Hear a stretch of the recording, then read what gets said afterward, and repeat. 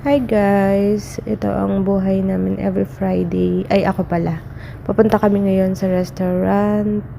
Gusto namin ng kanin at konting adventure. Hinatid kami ni Kuya Alfred. At tingnan nyo naman, may dala pa akong kape. Buti hindi natapon. Ayan, nakarating na kami sa Uncle Majid. Medyo malayo siya, mga 10 minutes away. Ito nga pala after ng Friday service ng church service.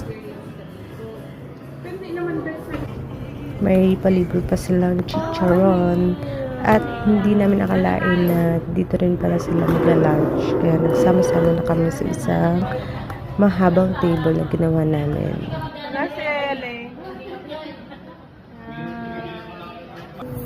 And here's our food. Sarap-sarap. Lalo na yung kare-kare. Mga busog na.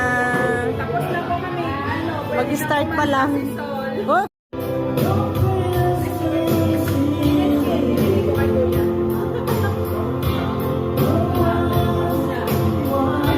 Sama na siya. Dapat bagal lang. Fruit! Kain pa more. Pabalik na kami nito ng church dahil meron pa kaming class na L113. Kailangan namin bumalik. Medyo late na kami dyan. Ay, hindi pala medyo. Late na talaga kami. Here we are sa aming location kung saan makakit ang aming church. Yung mga nagtatakbuhan po.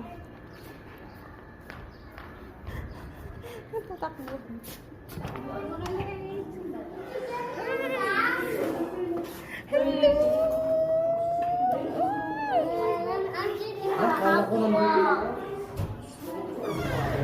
At nag-start na nga sila, guys. Late kami.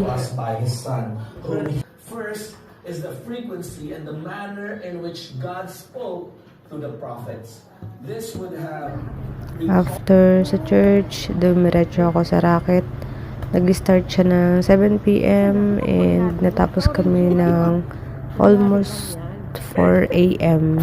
After konting tulog, pagdating sa bahay, diretso pasok naman kinaumagahan. At ito yung mga pagkain na iuwi ko. May sushi, may kanin, may ulam, at may prutas pa. Libre food.